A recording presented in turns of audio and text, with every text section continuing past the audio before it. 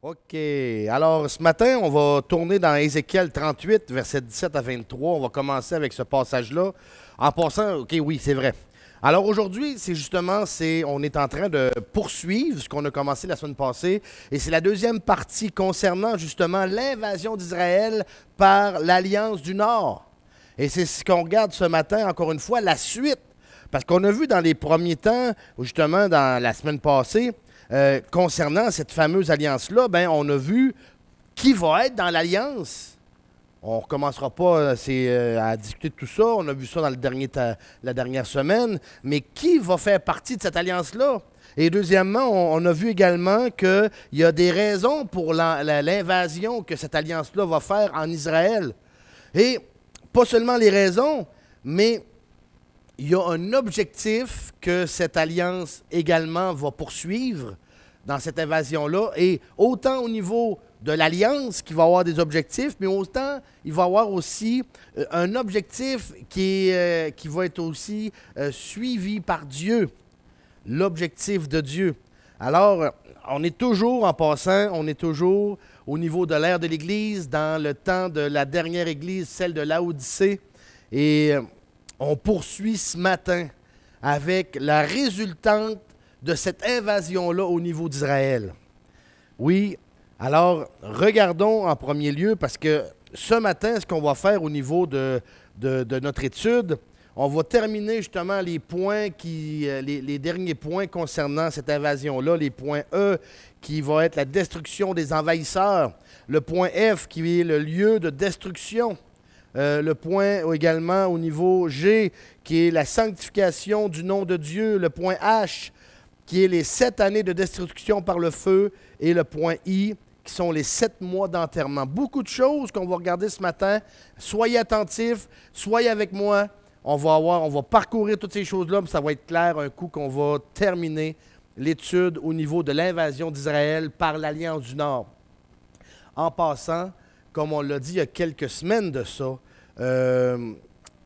ce qu'on regarde ce matin, c'est réellement, comment je pourrais dire ça? C'est des événements qui sont à venir.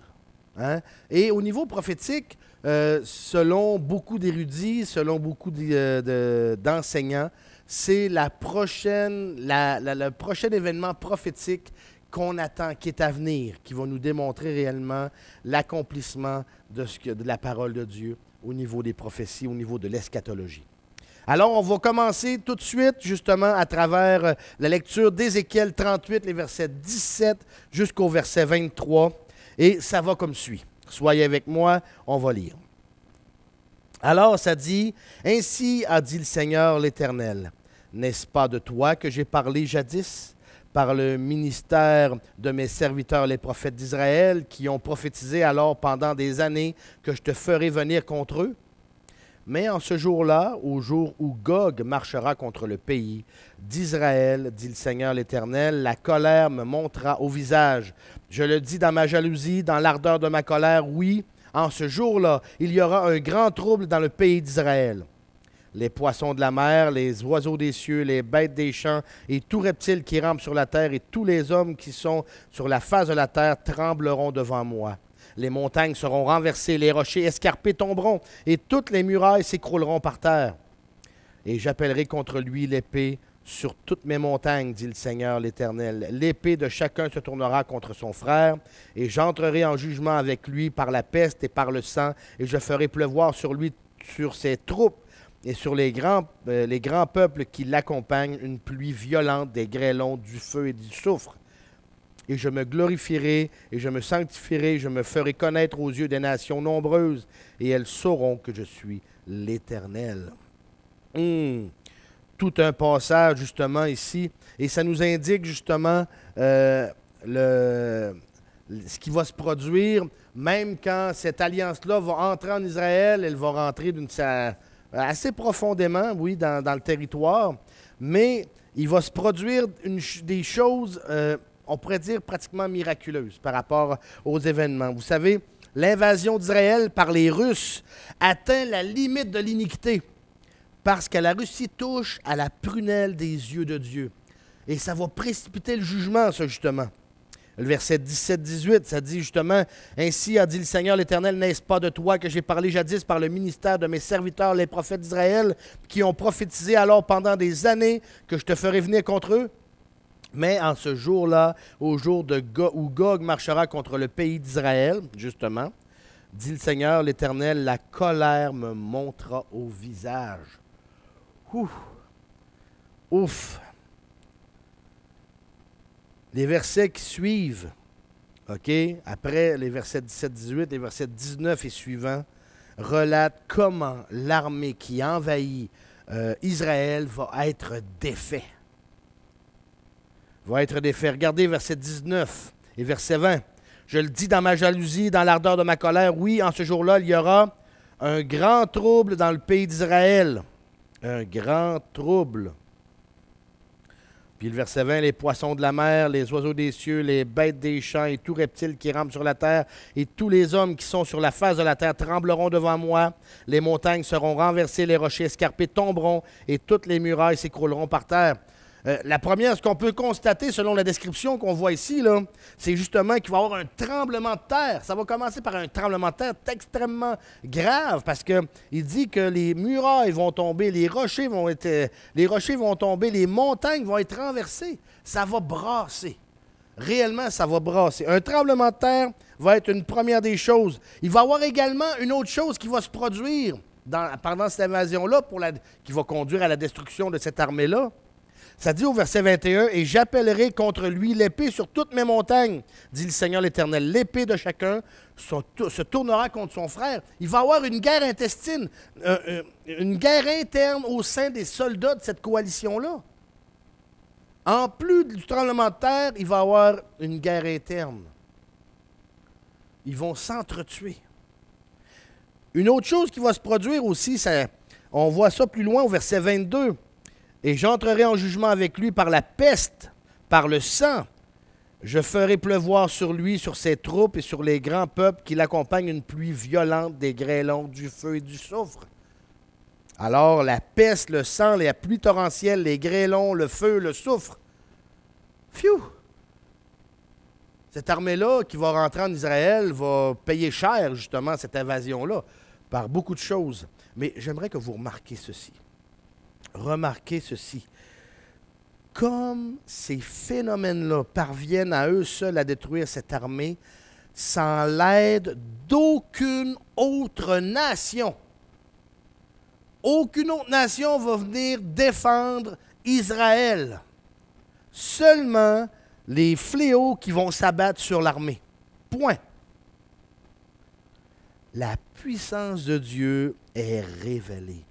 Dieu devient ainsi sanctifié aux yeux de nombreuses nations. Regardez le verset 23. « Je me glorifierai et je me sanctifierai, je me ferai connaître aux yeux de nombreuses nations, et elles sauront que je suis l'Éternel. » Et j'aimerais juste vous faire voir justement concernant au niveau de cette carte-là ici, là, que l'armée va descendre du nord et va être sur les montagnes ici. Sur la carte, si vous retracez Jérusalem, vous voyez qu'au niveau de Jérusalem, il y a comme c'est tout comme une chaîne de montagnes. Hein. C'est plus beige que vert.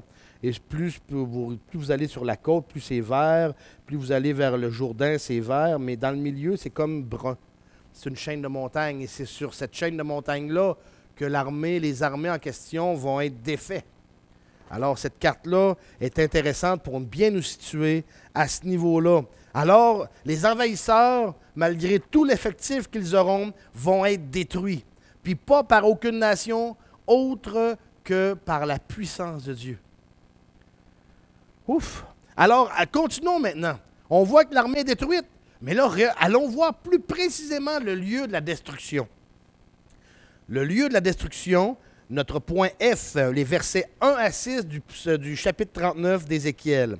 « Et toi, fils de l'homme, prophétise contre Gog et dis, ainsi a dit le Seigneur l'Éternel, voici j'en veux à toi, ô Gog, prince de Roche, de Méchec et de Tubal. Je te conduirai, je t'entraînerai, je te ferai monter de l'extrême nord et je t'amènerai sur les montagnes d'Israël. J'abattrai ton arc de ta main gauche et je ferai tomber tes flèches de ta main droite. Tu tomberas sur les montagnes d'Israël, toi et toutes tes troupes et les peuples qui t'accompagnent. Je t'ai livré en pâture aux oiseaux de proie, à tous les oiseaux et aux bêtes des champs. Tu tomberas sur la surface de la terre, car j'ai parlé, dit le Seigneur l'Éternel, et j'enverrai le feu dans Magog, et parmi ceux qui habitent en sécurité dans les îles, ils sauront que je suis l'Éternel. » Ouf! Encore une fois. Encore une fois. En passant, Ézéchiel 39, là, les versets 1 à 16, mais les versets 1 à 6 en particulier, là, c'est un passage qui obéit à la règle qu'on a vue dans les premiers enseignements des traces du Messie concernant la manière d'interpréter les prophéties. Et une des règles en question, c'était la règle de la récurrence. Il reprend les renseignements apportés au chapitre 38 en y apportant plus de détails. Et justement, c'est les versets 1 à 6 qu'on vient de lire qui décrit l'invasion et sa destruction de façon plus détaillée par rapport à ça. L'élément nouveau à apporter par ce passage, on les voit dans les versets 2 et 4, où il est dit justement que les armées tomberont exactement sur les montagnes d'Israël. L'armée va couvrir tout le centre du pays, depuis le point sud de la vallée de Jizréel, dans les villes de Jénin en Galilée, jusqu'au sud, vers le nord de Beersheba, dans le Negev. Encore une fois, pendant que je vous explique ça, regardez votre carte ici, OK? Et sur ces montagnes se trouvent les villes bibliques connues appelées Dothan, Séchem, Samarie, Shilo, Bethel, Haï, Rama, Bethléem, Hébron, Débir et surtout Jérusalem, qui va probablement être l'objectif majeur de cette guerre-là. Jérusalem. Alors, quand on regarde et qu'on lit Ézéchiel, ce passage-là, encore une fois, est un autre exemple où on voit le résultat de la guerre des 6 jours et que cette guerre-là des 6 jours permet la réalisation de la prophétie. On a vu ça il y a quelques semaines de ça, cette fameuse guerre-là. Avant la guerre des 6 jours, en 77, toutes les montagnes d'Israël appartenaient à la Jordanie. Mais à partir de 1967, lors de la guerre des 6 jours, ces montagnes-là sont entrées en territoire israélien, car maintenant Israël contrôle ces territoires-là, les territoires des montagnes. On a lu Ézéchiel 39, 1 à 6, mais j'aimerais qu'on porte une attention particulière au verset 6, parce qu'on trouve une nouvelle dimension au niveau de l'invasion russe par rapport au verset 6. Ça dit, « Et j'enverrai le feu dans Magog, et parmi ceux qui habitent en sécurité dans les îles, ils sauront que je suis l'Éternel. » Que je suis l'Éternel. Non seulement l'armée russe et ses alliés vont être anéantis en Israël, OK? Mais la terre de la Russie elle-même va être dévastée par le feu, ce qui détruira même une partie du pays. Et cette succession d'événements-là va éliminer tout le pouvoir des Russes dans les affaires mondiales. Parce qu'on voit actuellement, on est aujourd'hui, à l'heure actuelle, les Russes prennent beaucoup de crédit, de crédibilité, donnent leur point de vue, mettent leurs pattes un peu partout à travers le monde. Et on voit que la Russie prend de la force, de la puissance. Mais cet événement-là d'Ézéchiel 39 va détruire, va briser, Seigneur, cette force-là que les Russes ont au niveau mondial. Oui.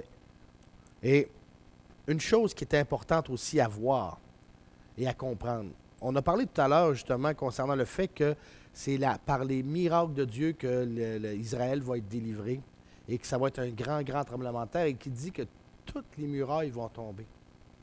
Vous savez, aujourd'hui, quand on regarde le troisième temple qui est à construire ou qu'on considère le troisième temple à construire, il y a actuellement en Israël ou surtout à Jérusalem quelque chose qui empêche la construction et c'est la fameuse mosquée qui est sur l'esplanade.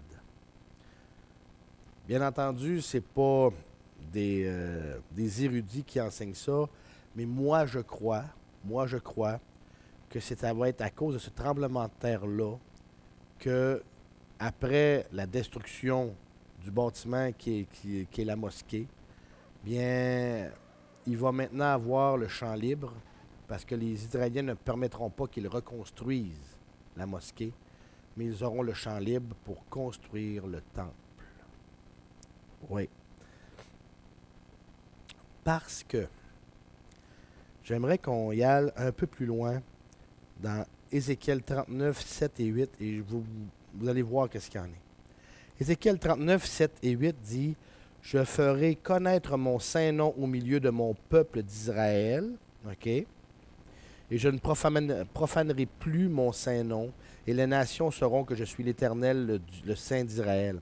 Voici ces choses arrivent, elles se réalisent, dit le Seigneur l'Éternel, c'est le jour dont j'ai parlé. » À cause des événements où Israël va voir que c'est par des prodiges qu'ils sont délivrés de l'armée, de l'Alliance en particulier, il va y avoir un regain de la foi, un regain du zèle religieux parmi l'ensemble du peuple juif. Parce qu'oubliez pas une chose, actuellement en Israël, la grande majorité du peuple juif est athée. OK? Et c'est important à connaître et à savoir ça. Parce que, justement, de voir ce regain de zèle-là par rapport à la parole de Dieu, par rapport à Dieu plutôt, il va y avoir un mauvais zèle qui va faire en sorte que les gens vont être emmenés à reconstruire le troisième temple.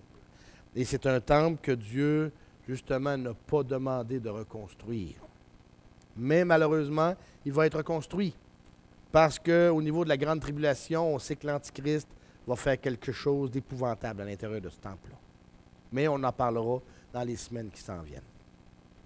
Alors, le nom de Dieu sera sanctifié. Oh oui.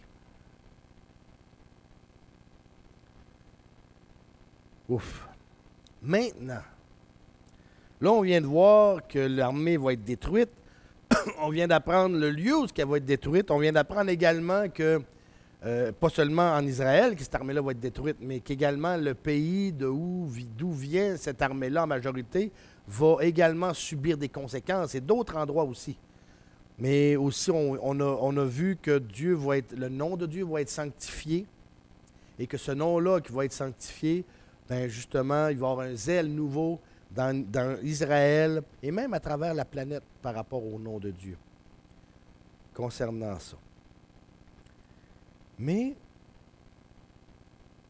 il y a un aspect qui va ressortir, vous allez le voir, c'est que oui, les armées vont être détruites, mais l'armement de cette puissante armée-là, qu'est-ce qui va en advenir? Verset 39, verset 9, 10, regardez ce qu'il dit. Les habitants des villes d'Israël sortiront, allumeront et brûleront les armes, les boucliers, les écus, les arcs et les flèches, les lances et les javelines. Ils en feront du feu pendant 7 ans. On n'apportera point de bois des champs, on n'en coupera point dans les forêts, parce qu'ils feront du feu avec ces armes. Ils dépouilleront ceux qui les avaient dépouillés et pilleront ceux qui les avaient pillés, dit le Seigneur l'Éternel. Ouf!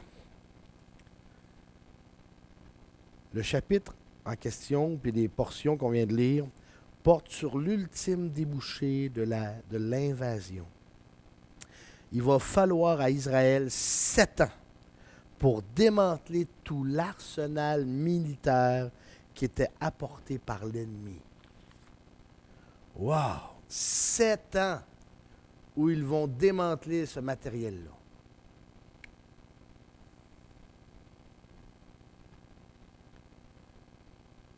Mais là, le matériel militaire, c'est bien beau, mais les cadavres, eux autres, qu'est-ce qu'on va faire avec ces cadavres-là, de cette armée-là qui a été massacrée entre eux autres, par les tremblements de terre, par la grêle, le feu, le souffle, et ainsi de suite, et plein d'autres choses?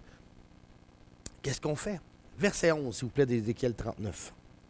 En ce jour-là, je donnerai à Gog une sépulture en Israël. Oh! La vallée des passants à l'orient de la mer, et cette sépulture bornera le chemin aux passants. C'est là qu'on enterrera Gog et toute sa multitude, et on appellera cette vallée la vallée d'Amon-Gog, de la multitude de Gog. La maison d'Israël les enterrera pendant 7 mois afin de purifier le pays. Et tout le peuple des pays les enterrera, il en aura du renom au jour où je me glorifierai, dit le Seigneur l'Éternel. Ils mettront à part des gens qui ne feront que parcourir le pays et qui, avec les passants, enterreront ceux qui seront restés à la surface de la terre afin de la purifier, et pendant 7 mois entiers, ils seront à la recherche. Et si, en parcourant le pays, ils arrivent à voir des ossements d'hommes, ils dresseront près d'eux un signal jusqu'à ce que les enterreurs les aient enterrés dans la vallée d'Amon-Gog. Il y aura aussi une ville appelée Ammona. Ainsi, l'on purifiera le pays. Wow! 7 mois où c'est qu'ils vont parcourir Israël pour découvrir les corps de ceux qui vont être morts. L'endroit où ils vont ensevelir ces corps-là se situera dans l'une des vallées à l'est de la Méditerranée. OK? Et on lui donnera un nom en rapport avec cet événement-là. Ça va durer 7 mois. 7 mois. Vous savez, étant donné que l'armée envahissante ou les armées envahissantes vont être anéanties, il y a beaucoup de corps qui vont être dans les montagnes, probablement dans les crevasses, qui vont être durs à aller chercher. Et puis, tellement de monde, tellement de cadavres, que ça va être épouvantable. Il va y avoir beaucoup, beaucoup de cadavres. Il faudra donc que les autorités prennent les mesures spéciales pendant ces 7 mois-là pour retrouver tous les corps et les enterrer dans la vallée en question.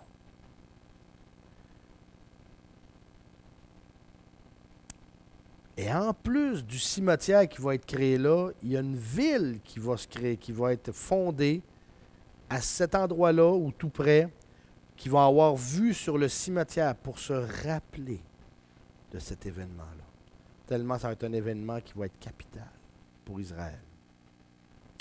Les 7 mois d'ensevelissement et les 7 années au cours desquelles les armes vont être brûlées, autrement dit l'arsenal va être démantelé, sont d'importants éléments à prendre en considération lorsqu'on on doit déterminer le temps de cette invasion-là.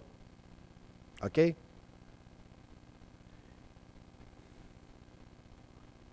Peu importe c'est quoi notre opinion, il faut être cohérent. Il faut être absolument cohérent. Vitement.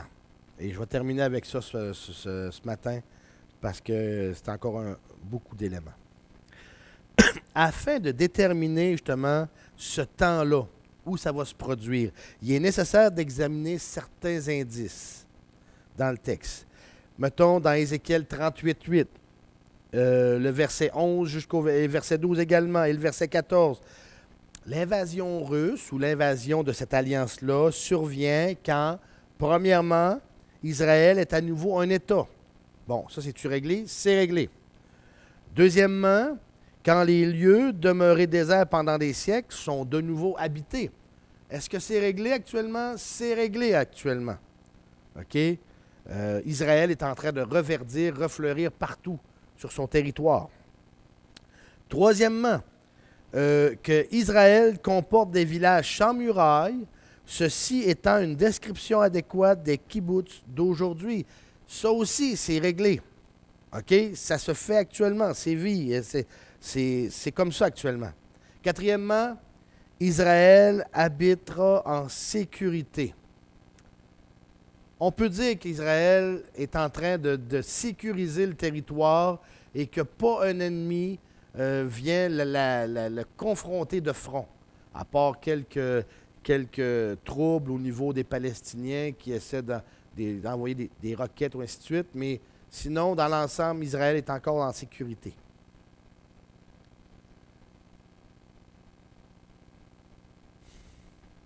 Comme on le trouve, on va le montrer plus bas. On ne trouve aucun indice dans cette prophétie qui nous dise qu'Israël vit en paix. Israël est plutôt en sécurité. C'est tout différent. C'est-à-dire en confiance, indépendamment d'un état de guerre ou de paix. OK? Israël est une des plus puissantes armées au monde. Oui, elle n'est pas en état de paix, mais est en sécurité. Parce que personne réellement n'ose l'affronter de front. Toutes les descriptions d'Israël dans ce passage d'Ézéchiel-là correspondent à l'état actuel d'Israël. OK? Tout cela correspond à l'état actuel d'Israël. Israël remplit donc toutes les conditions. Alors, l'invasion peut subvenir n'importe quand. N'importe quand, même avant la tribulation. Et je crois qu'elle va se produire avant la tribulation, bien entendu. De plus, les 7 mois et les 7 années sont à prendre en considération quand on aborde la question de savoir quand cette invasion aura lieu. Il faut absolument réaliser ces aspects-là. Et on va le voir dans les semaines qui s'en viennent, mais cet événement-là est le prochain événement prophétique à devoir arriver. Et je crois, bien honnêtement, bien sincèrement, qu'il est pour bientôt. Car les événements politiques actuels nous montrent pas qu'Israël, mais plutôt que la Russie est en train de placer ses joueurs, ses pions, ayant fait alliance tout dernièrement avec l'Iran pour une vente d'armes et ainsi de suite, et il place ses pions un peu partout. Et ça se dessine à l'horizon.